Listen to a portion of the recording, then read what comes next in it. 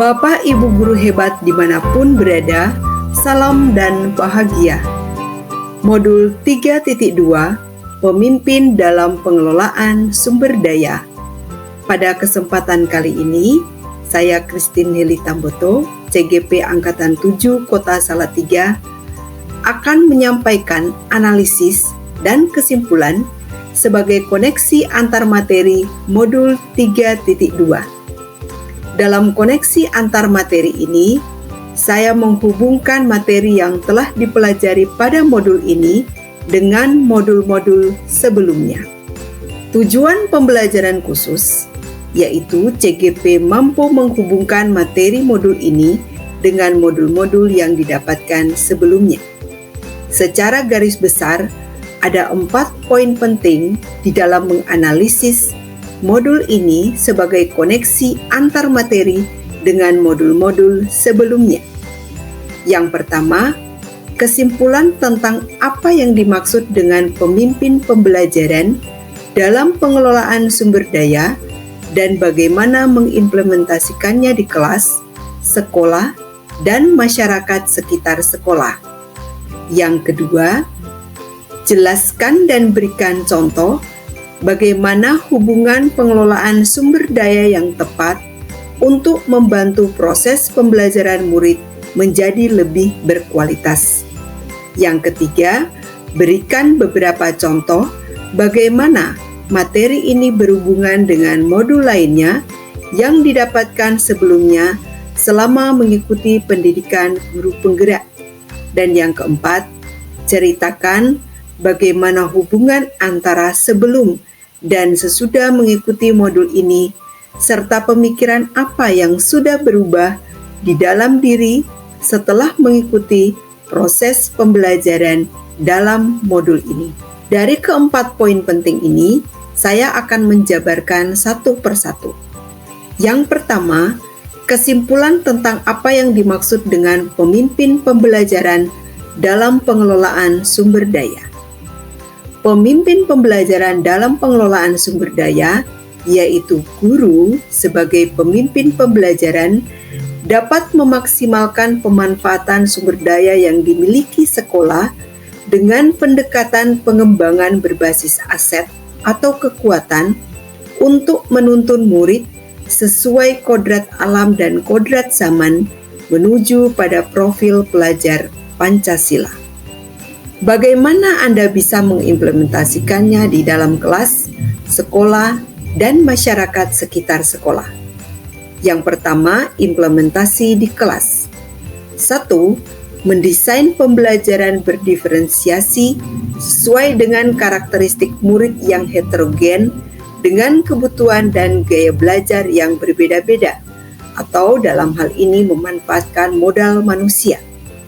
Yang kedua, mendesain meja kursi kelas yang dapat membangkitkan semangat belajar murid, dalam hal ini modal fisik. Dan yang ketiga, menambahkan hiasan kelas yang dapat membangkitkan semangat belajar murid, masih termasuk dalam modal fisik. Dan yang keempat, modal sosial, agama, dan budaya, yaitu membangun suasana sosial, toleransi, dan budaya yang sehat melalui kebiasaan baik dalam pembelajaran. Implementasi berikutnya yaitu di sekolah. Yang pertama, modal manusia, yaitu mengusulkan pembagian tugas sesuai dengan kualifikasi dan kompetensi guru dan karyawan.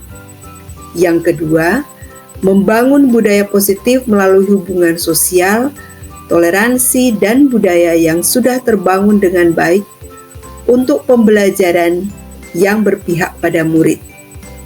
Yang ketiga, memanfaatkan bangunan dan infrastruktur untuk menunjang pembelajaran yang berdiferensiasi sebagai modal fisik. Dan yang keempat, menggunakan lingkungan sekolah sebagai sumber belajar sebagai modal alam atau lingkungan. Dan yang kelima, menggunakan anggaran yang diberikan pemerintah untuk menunjang pembelajaran sebagai modal finansial. Implementasi pada masyarakat di sekitar sekolah, Yang pertama, menjaga dan meningkatkan hubungan dan kerjasama yang saling menguntungkan dengan alumni, komite, dan stakeholder, serta masyarakat sekitar sebagai modal manusia. Yang kedua, menjalin kerjasama dengan lembaga pendidikan dan pemerintahan untuk menjalankan program dan kebijakan sekolah.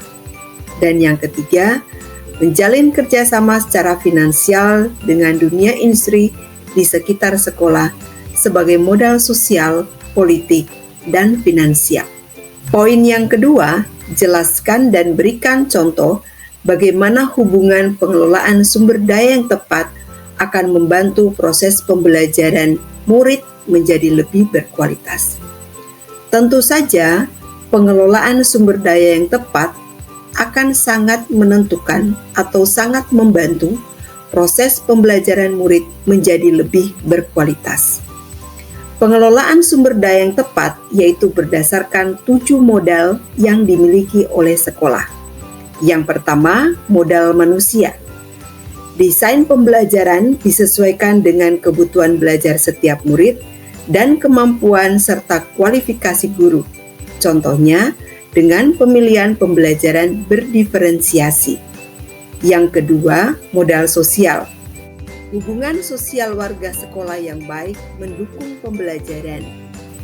Contohnya, suasana pembelajaran akan sangat kondusif apabila hubungan sosial warga sekolah terjalin dengan baik. Yang ketiga, yaitu modal politik. Dengan modal politik, sekolah dapat melahirkan kebijakan yang berorientasi pada peningkatan pembelajaran. Contohnya, tambahan pembelajaran bagi murid yang membutuhkan. Yang keempat, modal agama dan budaya. Integrasi pembelajaran dengan pengembangan kompetensi sosial emosional. Contohnya, pembelajaran kompetensi sosial emosional yang eksplisit dalam pembelajaran. Yang berikutnya yaitu modal fisik. Bangunan dan sarana prasarana yang berfungsi baik dapat memaksimalkan pembelajaran. Contohnya, pemenuhan jaringan internet untuk kebutuhan pembelajaran. Modal berikutnya yaitu modal lingkungan atau alam. Pelestarian lingkungan hidup dilakukan untuk kepentingan pembelajaran. Contohnya, pengolahan sampah sebagai bagian pembelajaran dari IPA. Sedangkan modal selanjutnya yaitu modal finansial, penggunaan anggaran prioritas untuk pembelajaran yang berpihak pada murid. Contoh, penyusunan RKAS berdasarkan kebutuhan pembelajaran murid. Dari ketujuh modal tersebut, apabila dimanfaatkan dan dikelola dengan tepat, maka tentunya akan menentukan atau akan membantu proses pembelajaran murid yang lebih berkualitas. Pada poin yang ketiga, berikan beberapa contoh bagaimana materi ini berhubungan dengan modul lainnya yang didapatkan sebelumnya selama mengikuti pendidikan guru penggerak. Sampai pada saat ini, 9 modul telah dipelajari dan dari 9 modul ini sangat erat kaitannya, mulai dari modul pertama yaitu refleksi filosofi pendidikan nasional. Berdasarkan refleksi filosofi pendidikan nasional Ki Hajar Dewantoro, guru menjadi agen perubahan dan pemimpin pembelajaran dalam transformasi pendidikan di sekolah. Pada modul yang kedua, nilai-nilai dan peran guru penggerak. Nilai dan guru sebagai pemimpin pembelajaran seyogyanya diterapkan dalam menjalankan filosofi pendidikan nasional Ki Hajar Dewantoro. Pada modul yang ketiga, visi guru penggerak. Visi sebagai guru penggerak berupaya mengembangkan kompetensi komunitas sekolah untuk dimanfaatkan dalam mewujudkan visi guru penggerak. Sedangkan modul yang keempat yaitu budaya positif, guru menuntun murid mengembangkan budaya positif sebagai kontrol diri untuk mencapai tujuan mulia berdasarkan nilai-nilai kebajikan. Pada modul selanjutnya, yaitu modul 2.1, pembelajaran memenuhi kebutuhan murid. Guru mendesain pembelajaran sesuai kebutuhan murid dengan memanfaatkan semua sumber daya yang ada di sekolah, salah satunya dengan pembelajaran berdiferensiasi. Modul berikutnya yaitu modul 2.2 pembelajaran sosial emosional. Pembelajaran sosial emosional diimplementasikan sebagai upaya menanamkan nilai-nilai kebajikan pada murid untuk membangun budaya positif yang dilakukan karena motivasi intrinsik. Pada modul 2.3, coaching untuk supervisi akademik, guru sebagai pemimpin pembelajaran dapat mengimplementasikan coaching berdasarkan kekuatan atau aset yang dimiliki rekan sejawat. Pada modul 3.1, nilai dan peran serta visi guru penggerak dalam budaya positif berdasarkan nilai kebajikan sebagai landasan dalam pengambilan keputusan. Dan pada modul 3.2, pemimpin dalam pengelolaan sumber daya, pengambilan keputusan sesuai nilai peran dan fungsi guru penggerak berdasarkan sumber daya dapat mewujudkan pembelajaran yang berpihak pada murid. Dari hubungan 9 modul yang telah dipelajari, ke-9 modul tersebut semuanya berpusat pada pembelajaran yang berpusat pada murid. Untuk poin yang keempat, ceritakan pula bagaimana hubungan antara sebelum dan sesudah Anda mengikuti modul ini. Sebelum mengikuti modul ini, ada banyak hal yang ingin saya pelajari dan ingin saya ketahui, karena saya belum mendapat menerapkan dan membedakan pendekatan berbasis kekuatan dan pendekatan berbasis kekurangan. Yang kedua, saya belum dapat memetakan dan memanfaatkan dengan baik sumber daya, kekuatan, atau aset yang ada di sekolah. Dan yang ketiga, saya belum dapat menerapkan prinsip pengelolaan sumber daya di sekolah dengan pendekatan pengembangan komunitas berbasis aset. Setelah mengikuti modul ini, saya mendapatkan pencerahan karena saya sekarang memahami cara menerapkan dan membedakan pendekatan berbasis kekuatan dan pendekatan berbasis kekurangan.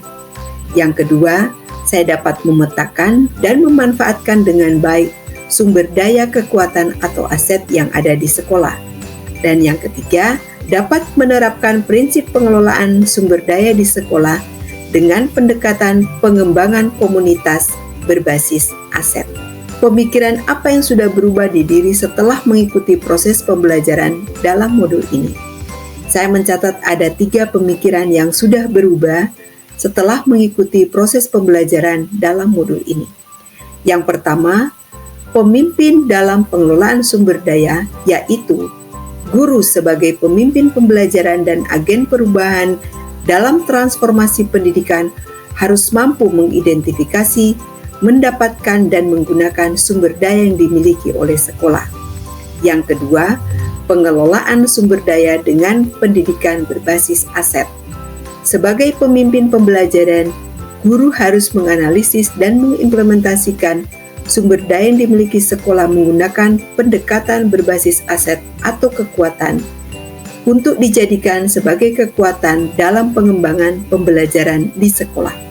Dan yang ketiga, pemetaan sumber daya di sekolah menggunakan 7 modal utama dengan pendekatan pengembangan komunitas berbasis aset. Guru memanfaatkan sumber daya di sekolah untuk meningkatkan kualitas pembelajaran menggunakan pendekatan pengembangan komunitas berbasis aset dengan mengidentifikasi 7 modal utama yang menjadi potensi atau kekuatan sekolah. Demikianlah koneksi antar materi pada modul 3.2 ini sebagai hasil analisis keterkaitan modul yang dipelajari saat ini dengan modul-modul sebelumnya. Terima kasih atas perhatiannya. Salam guru penggerak. Tergerak, bergerak, menggerakkan.